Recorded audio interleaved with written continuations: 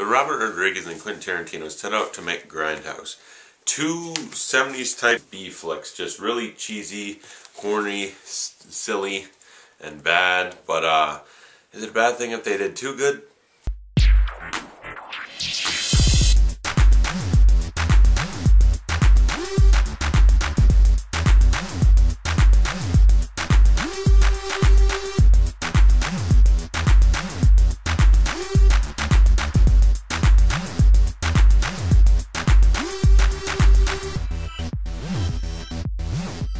Okay, so I'm here to review Death Proof, the Tarantino part of the two movies.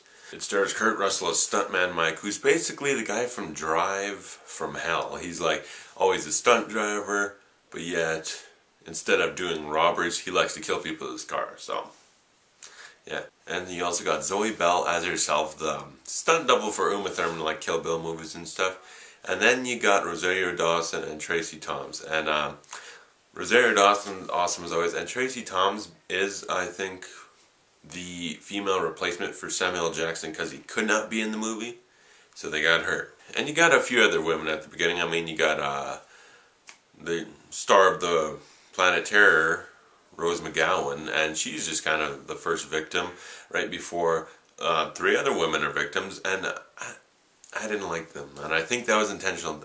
Because the first about 20 minutes is them just kind of driving around talking, but it's not even interesting talking. That's the problem in this movie.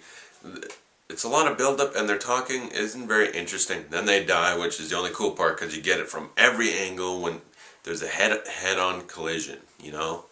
And, yeah, and then you get Michael Parks and his son in a quick little scene as cops who are investigating him, because they know he's murdering people this way, but they can't prove it. And then he goes on, and you got the new girls, Rosario Dawson, Tracy Thoms, and Zoe Bell, and their conversations were at least interesting, most of them.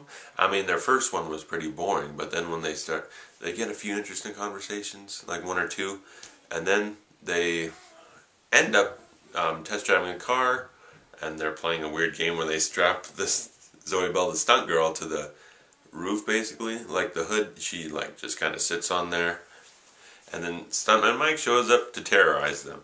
And the movie's awesome because you got real cars hitting real cars and all, very cool. But then the tables get turned eventually, and that's when the movie becomes awesome. It becomes hilarious because Stuntman Mike, he's this cool, evil kind of guy, and then the tables get turned somehow. I'm not going to say how, but they get turned. And then what happens next is so awesome. It makes the movie. Because the first bit is like, kind of boring talk. And then a real cool car crash, kind of boring talk. A little bit more interesting talk. A car chase. When they turn those tables, and he ends up becoming like the victim, you have to watch that. Like, you could fast forward through some of the movie and just get to when he starts chasing the girls, because when they...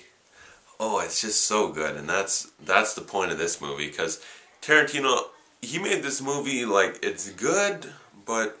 it's not great or anything, but he has so many little touches to make it really good too, because he's got like reels that show up missing, he's got like cigarette burns and little markings on the screen and stuff. It's very funny, and they did the same in Planet Terror. Planet Terror, quick mini review, it's kind of a cheesy zombie B flick with like Bruce Willis in it and stuff. It's not great, it's intentionally cheesy, over the top, but I think out of the two movies, it's slightly weaker just because I like the end of this movie more.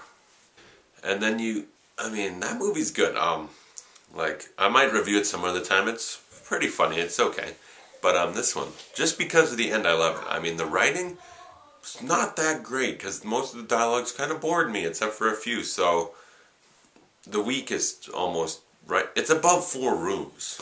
And like, The acting, though, was very good. The direction, very well done. It was very interesting shots. The little 70s Grindhouse type things make it really cool, and the end is what makes it. So it's not a great movie, but due to the last half of the movie, I'd probably have to give it a B-. Not a great movie, but if you can get through the first little part, the last half is very good, very enjoyable, and it's pretty funny. And so if you like this review, you can like or subscribe, and comment below and tell me if you actually thought the first part was boring or not.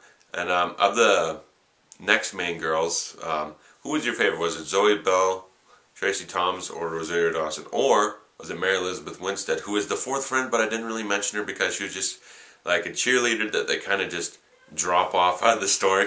But, you know, I think mine might be Zoe Bell. She's very funny.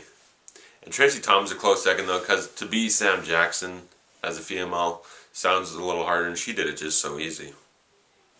Kurt Russell's very good, too. And Rosario Dawson. All the four main people are so good. And Mary Elizabeth was funny for a little part that she was in the movie. Yeah. So, thanks for watching. I'll see you guys when I review Inglourious Basterds.